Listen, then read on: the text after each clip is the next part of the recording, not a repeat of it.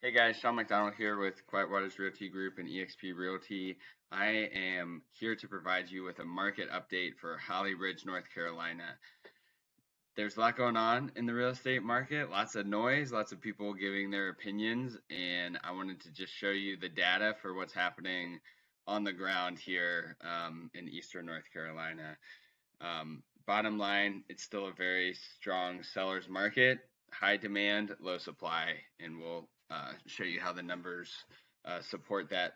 First, I wanted to orient everyone to the data, where it's coming from and what it's going over. So you can see on my screen the map of Holly Ridge, North Carolina. It is not the entire like 28445 zip code, but it includes Holly Ridge proper, the neighborhoods of Holly Ridge, the preserve at Morris Landing, Summer House, and the landing at Folkestone neighborhoods. That's technically all that are in the like town limits. So that's where this data is pulled from. The first number I want to go over is the average sales price. So this data is from the Cape Fear Board of Realtors, and it pulls all its data straight from the MLS, the Multiple Listing Service. So if you have any questions about this stuff, reach out, comment below, ask a question, get in contact with our team. We look at this stuff regularly and love to help people out. So the first stat will be the average sales price. So you can see here from June 2021, which I think everyone can agree it was a hot market then. The average sales price in Holly Ridge was $266,000. Now in June of 2022, last month, the average sales price was $312,000. So that's an increase of 17.5%. Pretty significant appreciation year over year. Next stat I want to show you is days on market. A lot of people are saying that the market is slowing down right now, or that it's dipping, and really we haven't seen that in the numbers yet. So the average days on market was 33 in June of 2021. Now it's 22, so you can see that's a decrease of 33%. And this is a number of how many days it takes from the listing going active in the MLS to being under contract. Now, you can see a little bit of fluctuation this year. I would say it's not large enough to indicate any type of significant shift.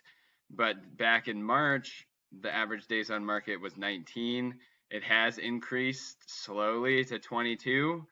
Again, it's a matter of 3 days, not a huge shift, but we are seeing an increase in days on market a little bit.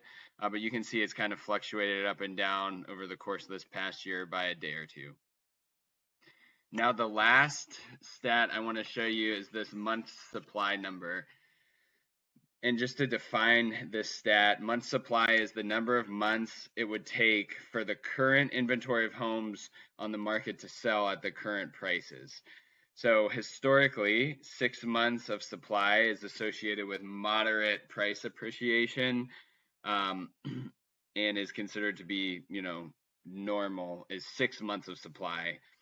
In June of 2021, the month supply was 1.4.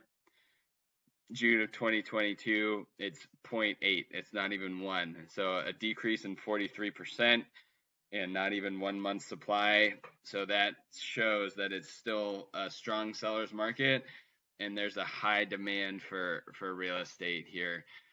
From our experiences, there's a much higher demand in the primary residence home buyer market, and the $150,000 to $300,000 range. If a property is listed at a good price and the property is in good condition, usually those go under contract, in less than a week with multiple offers. Not all the time, but if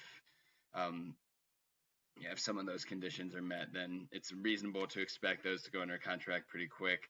Some of the larger price properties, once you get into the jumbo loan category, will take longer. Naturally, there's less of a pool of buyers to purchase those, but here in our local area, definitely a significant amount of demand still. Our team would love to answer any questions you have. Please reach out, subscribe, and follow us on Facebook, Instagram, and YouTube, where we push out our content and our data. And I hope everyone has a great day. Thanks.